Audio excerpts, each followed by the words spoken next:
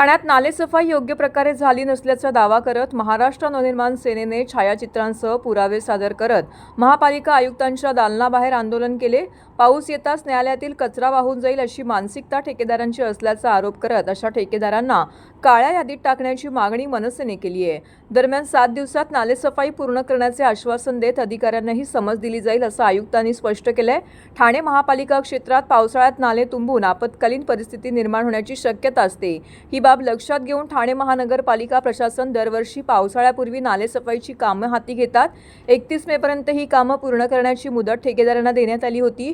त्यानंतर 5 जूनपर्यंत मुदत वाढवण्यात आली होती। मात्र ही मुदत उलटूनही कामं पूर्ण झाली नसल्याचे समोर आले आहे। याच मुद्द्यावरून मनसेने ठाणे शहराध्यक्ष रवींद्र मोरे यांनी आयुक्त सौरभ राव यांच्या दालनाबाहेर आंदोलन केलं। ठाण्यात नालेसफाई योग्य प्रकारे झाली नसल्याचा दावा करत मोरे यांनी छायाचित्रांसह पुरावे सादर केलेत।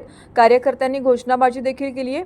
आयुक्तांनी अधिकाऱ्यांची बैठक घेऊन सर्व अधिकाऱ्यांना 5 जूनपर्यंत सर्व नालेसफाई पूर्ण करून घेण्याच्या सूचना दिल्या होत्या। या सूचनेला संबंधित अधिकाऱ्यांनी कर्मचाऱ्यांनी नाल्यात भिरकावून दिला आहे। आपल्या अधिकार क्षेत्रातील अधिकाऱ्यांवरती आपला वचक अथवा नियंत्रण नसल्याचं धक्कादायक वास्तव्य दिसून येत आहे। आम्ही केलेल्या बहुतांश नाल्याच्या पाहणी दरम्यान योग्य प्रकारे नालेसफाई झाली नसल्याचं निदर्शनात येत आहे। त्याचे फोटो सोबत जोडले आहेत असं देखील मोरे यांनी सांगितलंय। पावसाळ्यापूर्वी ठाणे महानगरपालिका क्षेत्रामध्ये ठाणे महानगरपालिकेकडनं आणि ते आता हे फोटो काढलेले हे सगळे आत्ताचे फोटो आहेत, हे कालचे परवाचे फोटो आहेत। हे फक्त ठेकेदार वाट बघतायत की पाऊस कधी पडेल आणि हे कचरा कधी जाईल बाहेर। नाले सफाई झालेली नाही।